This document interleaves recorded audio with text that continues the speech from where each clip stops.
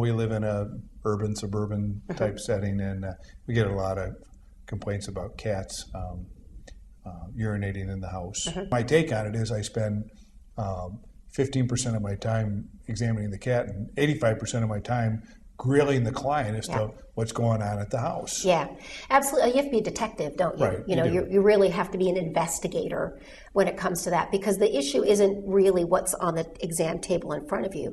It's what's going on at home. So we've even gone to the point in our cat practices where we're more likely now to ask owners to send me a video of your home, send me photographs of where the food and water and the sleeping things are.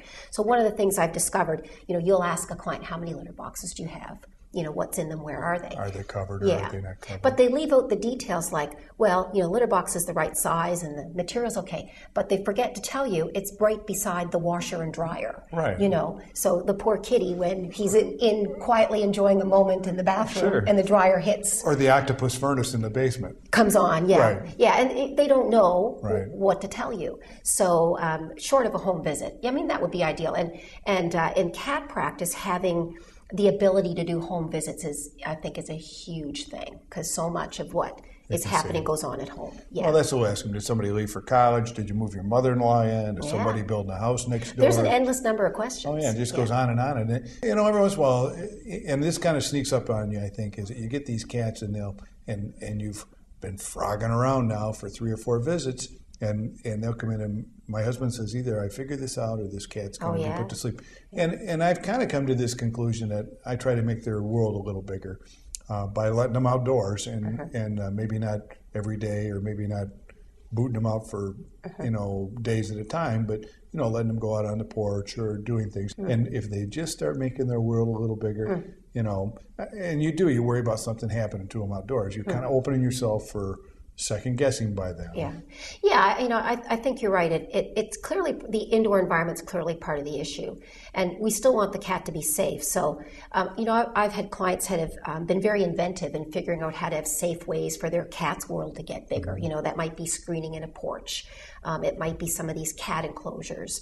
It might be a cat-safe fencing in their backyard. I have a very good friend, who uses invisible fencing for cats. Works beautifully. Oh, really? Yeah. He's used it for years and years. So there are inventive ways other than just opening the door and letting the cat out. Right. We still have to be careful that we try to address whatever the indoor issues are to the best. Sometimes they're not changeable.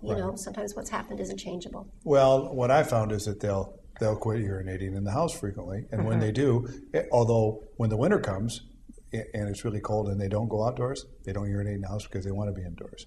When they want to be outdoors, they want to be outdoors. They want to be indoors, they want to be indoors. I mean, and we've often joked about that at work. That the dog's part of the family, where the cat's just part of the wait staff, and they want you to understand what they want, how they want. I think that's the key. A lot of it is we have a hard time figuring out what the cat actually wants. I think a lot of us think we know cats. We think they're easy to figure out. But after over 20 years as a cat vet, I think I'm learning there's a lot I don't know about cats, right? There's a lot of things they need in an indoor environment that we never used to think. We used to think you bring a cat home, you give him food, you give him water in a litter box, you're done, low maintenance pet, right? But it's an intelligent animal who used to have a job. Right? He used to patrol a territory, he used to hunt, he used to reproduce, he had a life, right? And we've given him a sterile environment. Yes, now he's watching Animal Planet, we think he ought to be happy with that. That's right. I think that's exactly right. Yeah, that's the root of a lot of it. A lot of illnesses, so not just inappropriate urination, but it brings in the stress factor, right?